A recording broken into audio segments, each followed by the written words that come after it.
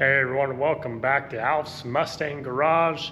Today we're doing like an extension video from a rear disc brake conversion. So a little bit ago we did a CSRP rear disc brake conversion on a 66. Today we have a different 66 doing another rear disc brake kit by CSRP.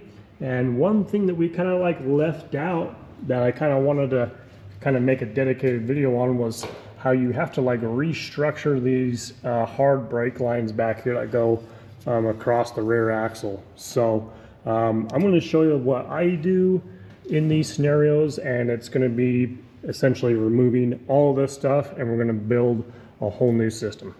Before we get into everything, if you want to follow us along and you're kind of like getting some good content out of these videos, give us a thumbs up, subscribe to the channel, click the notification bell. That way you can kind of like follow us along, see what we're up to. So let's dive right in. Vent tube. This is a rear axle vent tube, okay? The bolt for that actually holds the rubber rear flexible hose in place, and then your hard metal lines go to that. We're gonna replace the rear hose because I always replace all the rubber when we do disc brake conversions. So we're gonna undo the vent tube, bring this all up, cut this, that'll get replaced, and we'll just kind of take this whole thing out as an assembly.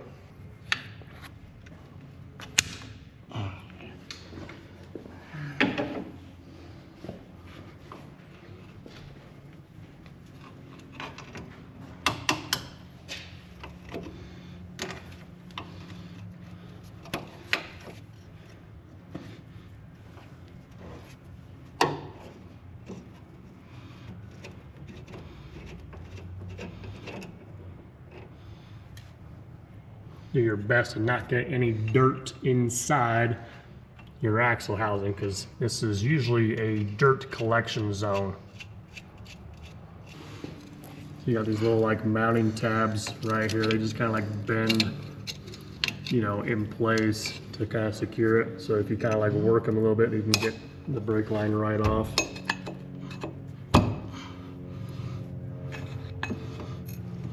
There you go. Very cool. We've already disconnected the brake lines from the wheel cylinders. We already have all the brake system off of this. So because this is kind of like a dedicated video, if you want to see all the other stuff on how to do the rear disc brake systems, you know, I'll put a link in the description. I can also put a card to slide across here. All right, just disconnect the rear hard line that goes to the rubber line. Use line wrenches on here because those old tube nuts can round off super easy.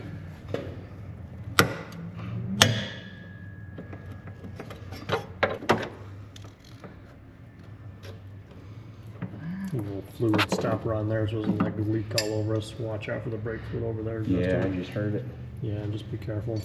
You always want to be super careful with brake fluid because this stuff is like toxic. If it gets on your paint job or any sort of painted surface, it just instantly discolors it and starts to eat it away. So it's crazy nasty stuff. Okay, so when it comes to building your brake lines, what you really want to have is like your brake rotor and caliper and your soft flexible line like all in place, mounted where they're supposed to be. So we've kind of fast forwarded to that point because you really want to, like, you know, where you place your tab here, you kind of want it to be like not rubbing on, you know, if you have an exhaust or, you know, some shackles or whatever. I don't know what you're going to have on your particular car, but like it's just nice to have a nice kind of even, you know, bend to it, and it's not going to obstruct anything. So that's kind of what we're doing now. We're going to figure out the placement of the tab, and also these tabs, they kind of come extra big because they come with band clamps. You can just like band clamp this if you don't want to like break out the welder and actually weld it on. So what we do is we slim them down to this size, so it's like a little easier to manage when it comes to welding these on, because we like to weld them in place to the housing. So we're gonna prep this housing. We've already cleaned it up a little bit from the dirt.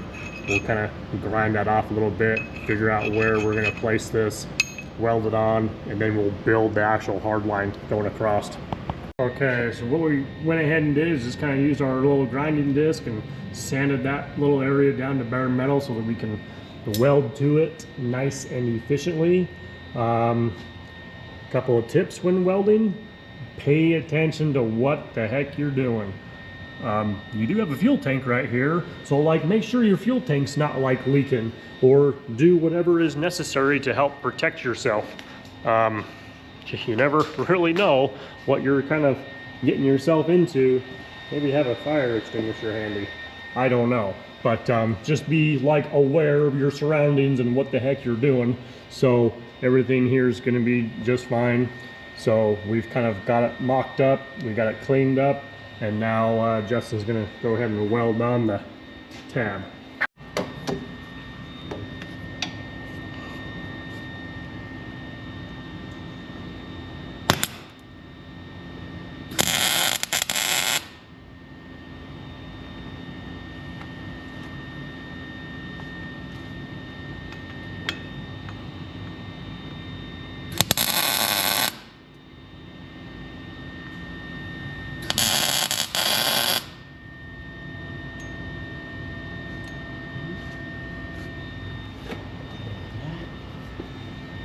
Okay, so if you can see what he just did there, he had the line connected to the tab and he just kind of like tacked it in place.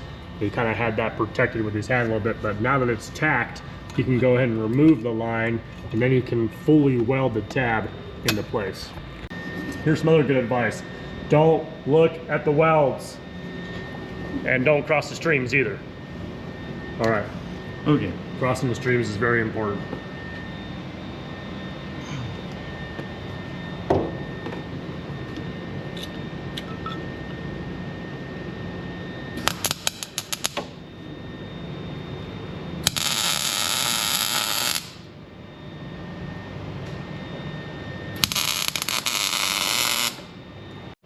Okay, so we got the tabs welded on, we got a little bit of pan there to protect that. Not trying to repaint the entire axle here, just trying to move forward.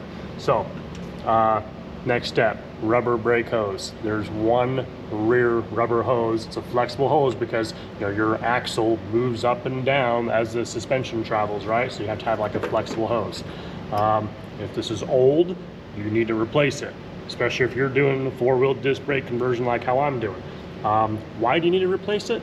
Because like I see all the time people just like posting comments in forums in the Facebook and saying like, oh man, I just replaced my brakes, or I just converted my brakes and they won't bleed, and or the pedal's soft, what do I do? It's like, well, don't leave any stones unturned, okay? These rubber hoses, over time, they swell shut, they clog up. They especially swell if you're in like a humid environment, because brake fluid is what they call hydroscopic. It absorbs water, and so you want to get that old rubber off the front. There's two in the front, one in the rear. Get it off. That way you have no stones unturned, and then we can like build our hard metal line off of this.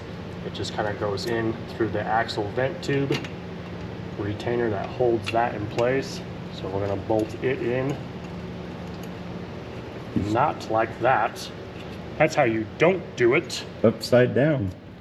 You want to do it like this. See how it's like curved to fit over the axle tube. And then you have, it's essentially like a splitter. So then you have like a hard metal line going this way, and you have a hard metal line going this way.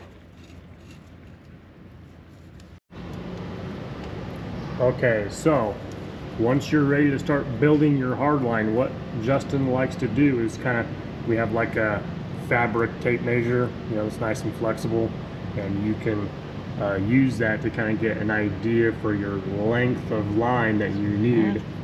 You can like bend it to the shape. Obviously this one's going to be kind of short.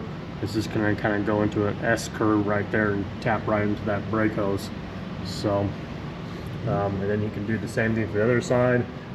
We just have like this brake coil. It's just like that that nice nickel copper stuff. That's like perfect for, you know, bending and manipulating brake lines really easily. So the other thing that you're going to want to get is some new tube nuts. Yeah, you could probably cut off your old ones, but I like to get new tube nuts if I'm building something new. I just get these little kits. You know, you can get these at AutoZone. It's the you know, 3/16 tube size, 3/8 by 24 nuts, and we're gonna put those on there. Get this measured out. Put the tube nuts on. Get it flared, and then yeah, we'll show you how to do that. Did I miss anything, Mike? Well, yeah, you just got like an interesting phone call, and they just left a message, but they wanted me to tell you to remind your viewers to smash the like button and subscribe to your channel. Oh my gosh, that's good. That's great advice. Yeah, I got their number though. If you want to call them back, I'll call them back. That was the basis of the message. Okay, that's a good message. Okay, you're going ahead of me here. I'm trying to film. Sorry. I'm trying to film what we're doing. Sorry. Okay, so he took the measurement, total length of the needs. He cut it off. So you have a little deburring tool to kind of make your cut like nice and clean. So he's gonna go through there. And I'm gonna show you, once we're kind of there, I'm gonna show you the tool that we use. This is like not the average tool that you know, go and buy at AutoZone. We do a lot of this stuff, so like we have a reason to justify it, but this is the tool right here. It's from Vevor. Is it Vevor? Vevor. From Vevor. And it's like a really nice like hand. It's like not like the greatest thing that you can get out there, but it's very slick and easy for kind of like what we do.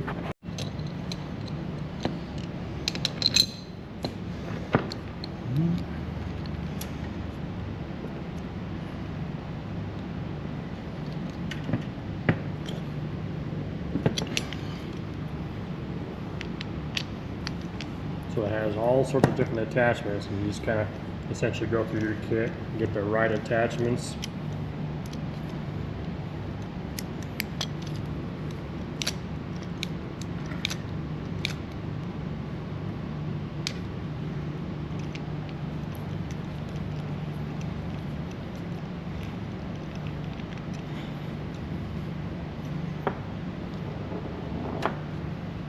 And that's the first flare. This is like what they call I guess a double flare. So you kind of bubble it out and then you flare it.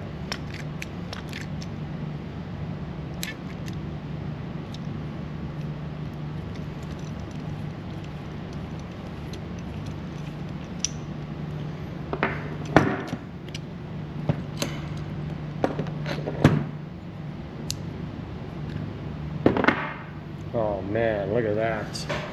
Very nice flares, almost every single time with this tool. Oh dude, you forgot your tube nut. Yeah, I was about to say, most important Before part. you do the second end, put both your tube nuts on, because that's kind of what happens to us. In the correct direction. In the correct Red's out. direction. Yeah, because if you're using the basic tool, this is the basic tool that probably a lot of DIYers are familiar with, is this little guy here that you like buy from, you know, AutoZone for like 15 bucks or something. And like it works. It probably works fine enough, but like sometimes the flares aren't exactly perfect, and the only time you do get them perfect is when you forget your tube nuts. So Every time. every time.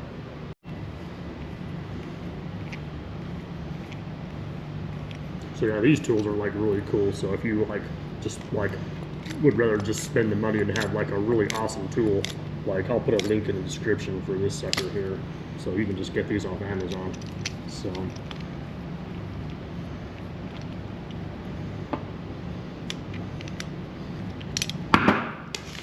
oops.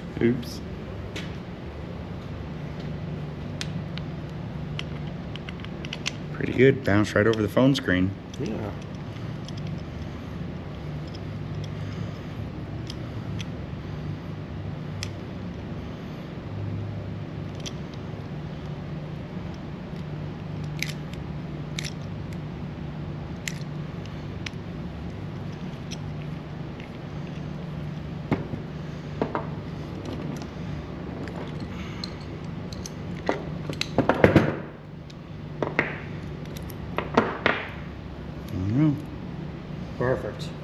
There we go. Okay, now let's go get it fitted on the car. All right, so this is like why we use the copper and nickel. I can't remember exactly the compound of this stuff.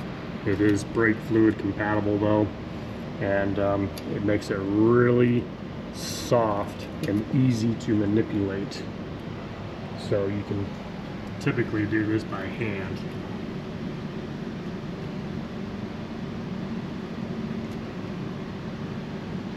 Unless you cut the line too long. Yeah, we just need to put an extra bend in it. What we gotta do now. Just gotta make it bend backwards. Take up some space. And make sure before bending, you get the flare nuts after the bend. Yeah, 'cause once you bend it, you can't get your flare nut to where it needs to go. There you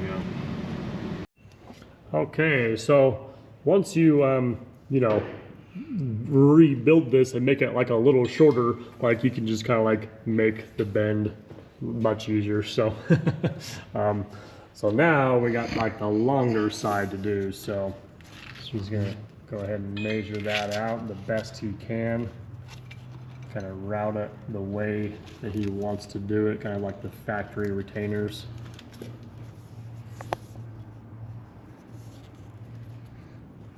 There. 31. About 31. Yep. Okay.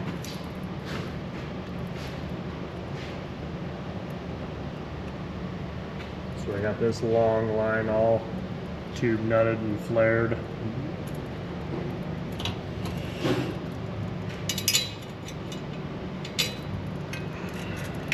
I think the longer lines are kind of a little easier to They're much easier. kind of manipulate and bend. We have those short little ones that are like really challenging.